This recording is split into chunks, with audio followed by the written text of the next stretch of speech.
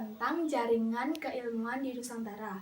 Pada awalnya, jaringan keilmuan di Nusantara itu mengembangkan pendidikan dan pengajaran agama Islam di Istana Kesultanan, yang pengembangannya ini didukung penuh oleh para penguasa. Nah, yang mengajarkan agama Islam ini adalah para ulama. Selain itu, para ulama juga difungsikan sebagai pejabat negara dan juga penasihat kerajaan. Karena di sini berbicara tentang agama Islam, berarti yang diajarkan yaitu membaca ayat-ayat suci Al-Quran, membaca ayat-ayat pendek, dan masih banyak lagi. Nah, setelah munculnya berbagai macam ulama, maka murid-muridnya mengembangkan pendidikan menjadi lebih luas. Seperti contohnya, murid-murid mengembangkan pendidikan di rumah masing-masing atau di pemukiman mereka. Seperti contohnya yang ada di Jawa, yaitu dijadikan sebagai pesantren. Sekian materi yang pertama, nanti saya akan lanjutkan ke materi yang kedua.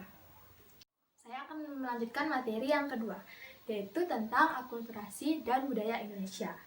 Berbicara mengenai akulturasi, apa sih itu akulturasi? Akulturasi adalah penggabungan dari dua kebudayaan tanpa menghilangkan jati diri atau kepribadian dari kebudayaan tersebut. Seperti contohnya, budaya Islam dengan budaya di Nusantara itu bergabung menjadi satu akan memunculkan kebudayaan baru, yaitu yang bisa disebut dengan kebudayaan Indonesia dan kebudayaan Islam.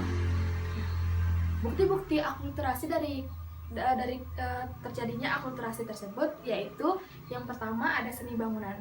Seni bangunan pada zaman-zaman Islam dulu, yaitu yang menonjol yaitu yang pertama ada masjid dan menara, dan yang kedua ada makam. Berbicara mengenai masjid sudah tidak asing lagi untuk semua orang, yaitu tempat ibadah bagi umat Islam. Nah, sebagai contohnya kita bedakan masjid di Indonesia dengan masjid di Arab. Masjid di Indonesia yaitu atapnya bertumpang-tumpang. Tumpangannya itu bisa 3 atau bisa lebih. Dan masjid di Indonesia juga memiliki menara. Menara tersebut digunakan sebagai tempat untuk memukul beduk ketika akan melakukan ibadah dan ketika akan melangsung. Yang kedua yaitu makam.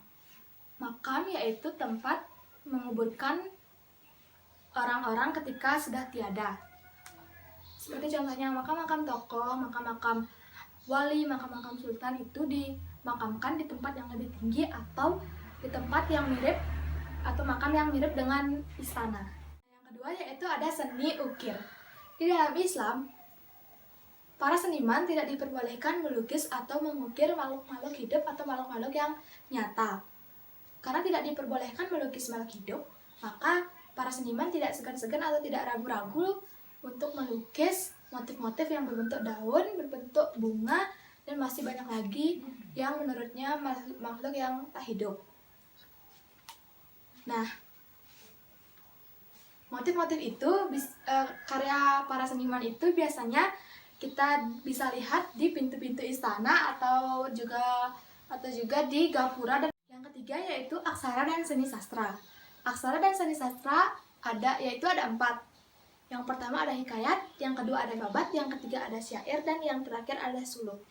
Saya akan menjelaskan satu persatu, yaitu yang pertama ada hikayat. Hikayat yaitu dongeng atau sejarah yang menceritakan peristiwa yang tak masuk akal atau tidak nyata.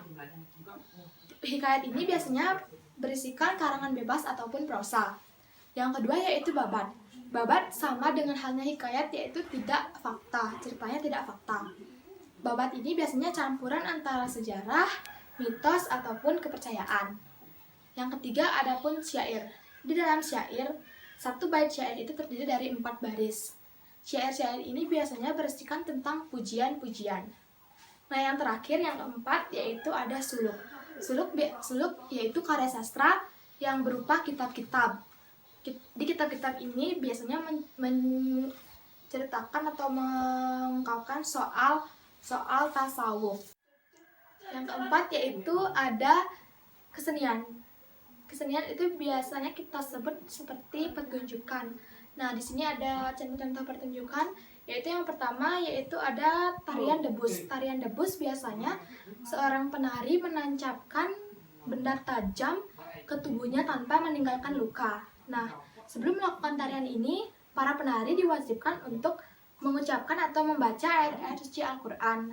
Mungkin untuk supaya tubuh para penari tersebut diberikan tameng. Yang kedua yaitu ada tarian sedati. Tarian sedati ini hampir mirip dengan tari zaman, yaitu sama-sama berasal dari Aceh dan juga ditarikan secara berkelompok atau 8 orang. Tarian ini, penari ini biasanya menyanyikan tentang pujian-pujian atau salawat-salawat Nabi. Nah, yang ketiga yaitu pertunjukan wayang. Pertunjukan wayang ini, sebelum kita menonton pertunjukan wayang ini, kita biasanya diwajibkan untuk mengungkapkan syahadat. Pada cerita Amir Amzah itu dikembangkan pertunjukan wayang yang disebut dengan. Nah, yang kelima yaitu ada bidang kalender. Pada waktu itu atau pada masa zaman dulu di Indonesia, perhitungan kalender itu biasanya menggunakan perhitungan 1 pekan atau 5-7 hari. Nah, perubahan bulan kalender dari yang mulanya Saka menjadi Hijrah itu dilakukan oleh Sultan Agung. Nah, sekian penjelasan materi kedua. Nanti saya akan lanjutkan ke materi yang ketiga. Nah, di sini saya akan melanjutkan materi yang terakhir, yaitu tentang proses integrasi Nusantara. Nah, proses integrasi di Nusantara ini tidak luput dari peranan-peranan penting, yaitu para ulama, peran perdagangan, dan peran bahasa. Nah, di sini saya akan menjelaskan satu persatu. Yaitu yang pertama yaitu ada peran ulama. Islam yang berkembang di Indonesia ini tidak luput dari peran-peran ulama atau wali sanga. Nah, ini yaitu daftar wali-wali sanga yang ada di Indonesia. Yang kedua yaitu peran perdagangan. Selain berdagang, para pedagang ini juga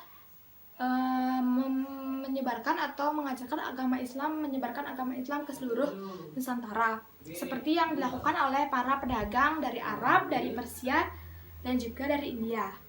Nah, yang ketiga yang terakhir yaitu peran bahasa. Di Kepulauan Nusantara ini terdiri dari beberapa suku bangsa. Suku bangsa tersebut memiliki bahasanya tersendiri. Agar komunikasi mereka mudah atau lancar, maka diperlukan bahasa perantara yang mudah dimengerti oleh suku bangsa tersebut. Nah, hampir di seluruh pelabuhan di Nusantara itu menggunakan bahasa Melayu sebagai bahasa komunikasi mereka karena mungkin menurut mereka itu mudah dimengerti.